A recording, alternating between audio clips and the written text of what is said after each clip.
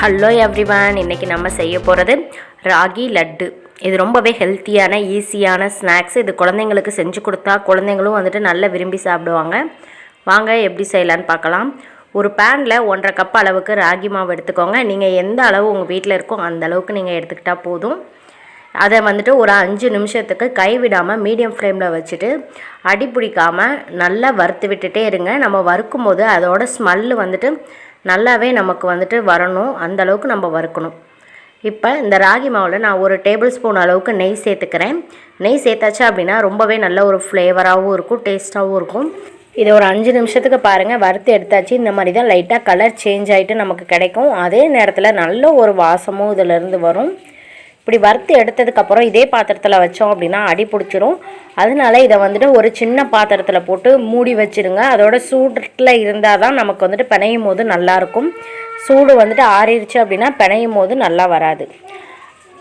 அது பேனில் 2 டேபிள் ஸ்பூனுக்கு நெய் சேர்த்துருக்கேன். நெய் கூடவே கொஞ்சமாக முந்திரி பருப்பை கட் பண்ணி வச்சுருக்கேன். அது நல்லா பொரிஞ்சதுக்கப்புறமா ஒரு 1/4 மூடி தேங்காயை இந்த மாதிரி நல்லா துருவி வச்சுருக்கேன். அந்த தேங்காயையும் சேர்த்துட்டு நல்லா வதக்கிக்கலாம்.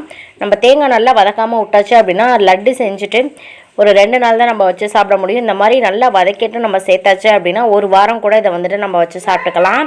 அதே மாவில் நம்ம வதக்கி வச்சுருக்க அந்த முந்திரி பருப்பு தேங்காய் 2ஐயும் சேர்த்துக்கலாம்.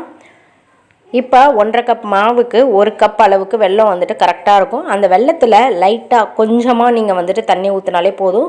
கிட்டத்தட்ட 1 இல்லாட்டி 2 டேபிள் ஸ்பூன் தண்ணி சேர்த்தா போதும். தண்ணி சேர்த்துட்டு வெல்லத்தை வந்துட்டு நல்லா கரைச்சி எடுத்துக்கோங்க. இதை வந்துட்டு பாகு வர அளவுக்கு காய்ச்சணும் அப்படின்னு அவசியம் இல்லை. ஜஸ்ட்டு இதில் வந்துட்டு வெல்லம் வந்துட்டு கரைஞ்சி வந்தாலே நமக்கு போதும். பாருங்கள், வெல்லம்லாம் நல்லா கரைய ஆரம்பிச்சிருச்சு. இப்போ இந்த வெல்லத்தை எடுத்து நம்ம வடிகட்டிக்கலாம்.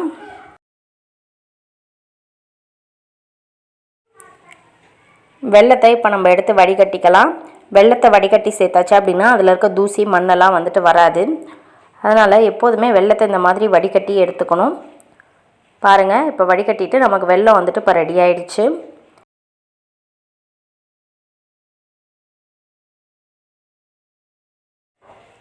இப்போ அந்த மாவோட 1/4 டீஸ்பூன் அளவுக்கு ஏலக்காய் தூள் சேர்த்துக்கிறேன்.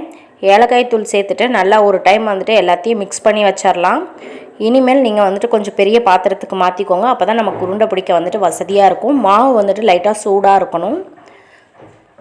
சூடாக இருக்கும்போது இந்த மாதிரி பிணைஞ்சாச்சு அப்படின்னா நெய்யிலே வந்துட்டு பார்த்தீங்க அப்படின்னா அந்த பாதி மாவு வந்துட்டு நல்லா கலர் சேஞ்ச் ஆகிட்டு வந்துடும். இப்போ இதில் கொஞ்சம் கொஞ்சமாக வெல்லம் சேர்த்து நம்ம வந்துட்டு உருண்டை வந்துட்டு பிடிக்க ஆரம்பிச்சிடலாம்.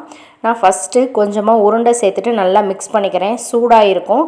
உங்களால் கை வைக்க முடியலை அப்படின்னா நீங்கள் கரண்டி வச்சு கூட மிக்ஸ் பண்ணிக்கோங்க. நம்ம இந்த மாதிரி கொஞ்சம் கொஞ்சமாக சேர்த்து பிணைஞ்சாச்சு அப்படின்னா ஃபுல்லாக வந்துட்டு மாவு வந்துட்டு கெட்டிப்படாமலும் இருக்கும். இப்போ இன்னும் கொஞ்சமாக நான் வந்துட்டு வெல்லம் பாகு ஊற்றி நான் வந்துட்டு பிணைஞ்சி எடுத்துக்கிறேன். கொஞ்சம் சூடாக இருக்கும் போதே இதை வந்துட்டு செஞ்சு எடுத்துக்கோங்க.